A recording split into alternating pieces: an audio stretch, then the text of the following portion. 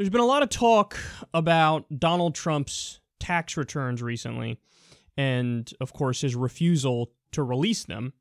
Now, we can speculate as to why that is, and this is one of those instances where the speculation is almost certainly true.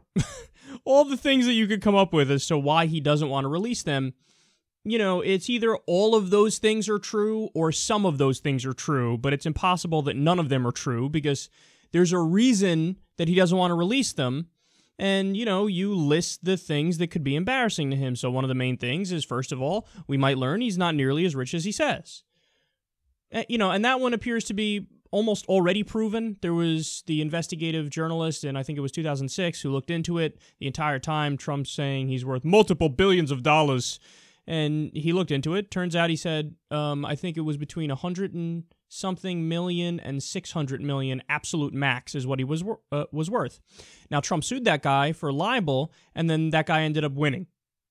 So what does that tell you? It tells you that he's just not worth what he says. So that's one thing that he's probably, you know, he doesn't want more information out there about his money because it just exposes him as a bigger fraud than he's already been exposed as. The second thing he's probably hiding is that he doesn't pay nearly enough taxes. This was Mitt Romney's issue. Romney was tap dancing around releasing his tax returns for a while because when he released his tax returns, you found out, oh my God, he made millions upon millions upon millions of dollars and he only paid a 14% tax rate. You know, that shows you that that just sucks. I mean, there could be a fucking construction worker who makes $85,000, $95,000 a year, whatever it happens to be, and that person pays more in taxes because they're not paying the capital gains tax, they're paying the income tax, so that exposes a problem and a loophole where the rich can get away with paying less taxes if they make all their money through investments. So they could sit on their ass and pay less in taxes than you do when you work a full-time job. So that's another thing he could be hiding. Chances are, honestly, both of those things are probably true. He's probably hiding both those things. The third thing is it probably shows that he has a conflict of interest with foreign investments. Now, I think he and his campaign have rightfully ripped Hillary Clinton over the Clinton Foundation because they say, hey, this is corruption, this is pay to play, this is terrible. Look, Saudi Arabia gave your husband X amount of money.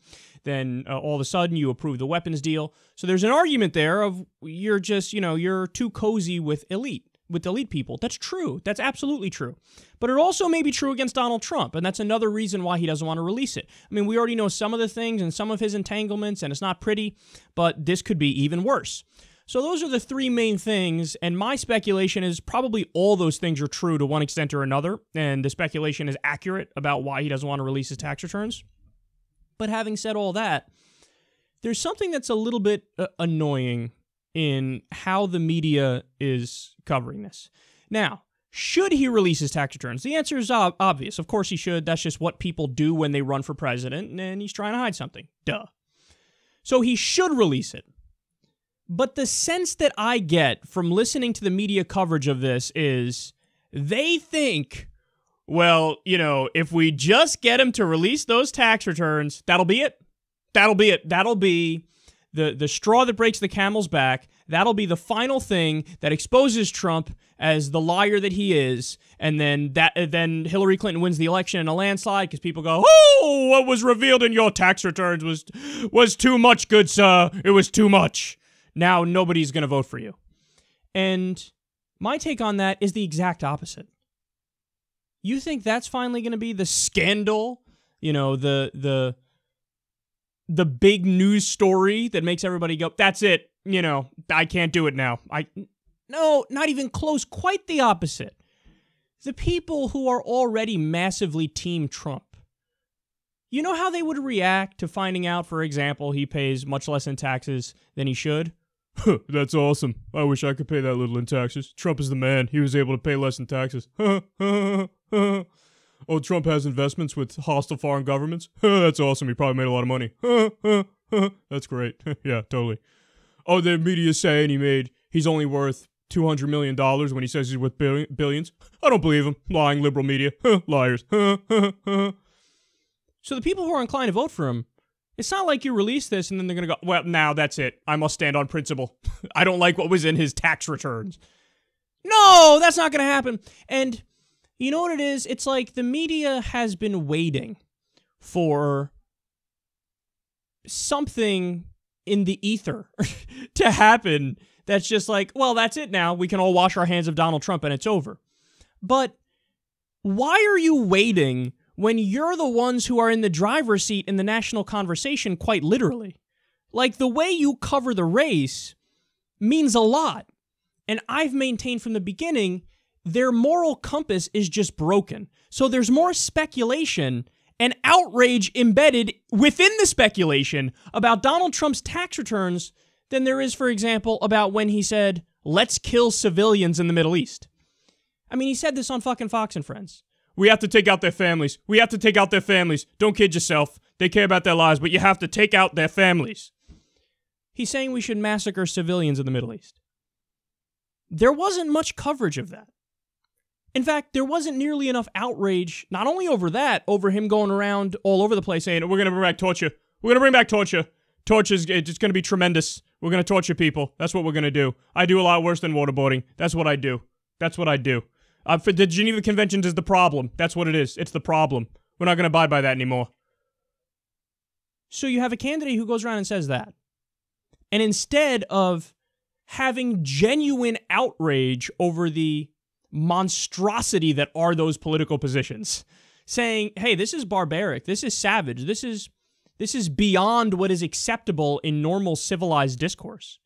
Instead of hammering away on the things that you should be hammering away on, what do? You spend 3.5 minutes on that, and then you pivot to, but his tax returns, he won't release his tax returns. Oh my goodness, he cursed on the campaign trail, he said a naughty word, he said a naughty word. This is what they focus on. This is what they focus on. So people wonder, like, well, I can't believe it. Huh? This guy fucking imploded last month. How is it that as of right now, that as I'm talking to you guys, Hillary Clinton's only up 1.5 points on average in the Real Clear Politics average of national polls? He imploded last month, saying Obama founded ISIS. He's the founder. He's the founder. How does that happen? How does a guy basically knee himself in the nuts? And now, in one poll, LA Times poll released this week, he's up 6 points nationally. And another new poll, he's up in Ohio and Florida. By a lot, too, 5 points in Ohio, if I'm not mistaken. How does that happen? It happens because not only because Hillary Clinton sucks at campaigning and her record sucks and her policies aren't that great and she keeps running right, but also because the media is so broken that their moral meter is all over the place and they spend more time focusing on and getting angry over his lack of releasing his tax returns and him using naughty words than they do when he really says something that should disqualify him from the race. Like, we should have taken the oil. We should have taken the oil in Iraq. That's what we should have done. Should have taken the oil. This guy just advocated committing war crimes on primetime TV. That's it. That's it. See, okay, now your moral meter. Okay, now we got to talk about this for a week straight. We got breaking news. Trump promises to commit war crimes. This is when you go in. But what do? It's just Trump. So when he says things like that, when he contradicts himself, like nobody's business, we got to go into Libya and take out Gaddafi. I never spoke about Libya. I don't know what you're talking about. Their media, gone. Nowhere to be found. Nowhere to be found. Again, when he brings up torture, every fucking reporter in the country should be out there with the CIA torture report saying, this is what Donald Trump wants to bring back. He wants to bring back hypothermia torture. He wants to bring back anal rape torture, anal feeding. By the way, minimum 20% of the people at Guantanamo Bay who we tortured, totally innocent. In fact, most of the people at Guantanamo Bay, we didn't capture. We paid Afghanistan and Pakistan warlords to give them to us. They're not fucking jihadists. I don't know if you know this, warlords are not the most trustworthy people, but there was no due process. There was no trial, so how the fuck are we supposed to know if we have the right people? But they didn't care. The neocons didn't care. This is what Donald Trump wants to bring back. He wants to make us a rogue terror nation. This is what you talk about. You know, he wants to add trillions and trillions of dollars to the debt as he says, I'm going to balance the budget. That doesn't add up. That doesn't make any sense. Your tax plan is a joke. We're going to get to it later. He says a freeze on all new regulations. That's the dumbest fucking thing I've ever heard. All new regulations? All new regulations. Hey, we just found this new airborne disease that comes out of this food product. We need to go ahead and regulate that. I set a freeze on all new regulations. All of them. All of them. Why are you not using your outrage and your platform for pointing out the actual problems with his policies and when he's a fucking maniac? They don't do it. They don't know how to do it because they're fucking children. So it's, oh my God, his tax returns. He won't release his tax returns. He's worth less than what he says. And he doesn't pay enough in taxes and he has foreign investments. He's got to drop out now. And this is why people, when they see what's going on, they look at Trump and they're like, you know, it seems like they're making a mountain out of a molehill with the taxes. You know, it seems like they're making a mountain out of the molehill with the naughty words. Okay, he curses. And I guess he's not really all that bad, and he's kind of slaying this PC culture, people think, even though he himself is a right-wing social justice warrior and PC police. We covered how he sued Bill Maher over a joke. He sued The Onion over satire. So he is that, but people, again, did you cover that extensively? No, you didn't. You didn't bring that up. You don't bring that up a lot. Fucking tiny news segments, and then you move on. I didn't see anybody cover it, to be fair. None of them. So there you have it. Against the First Amendment. Against the First Amendment. Fucking crickets. Nobody's got anything to say.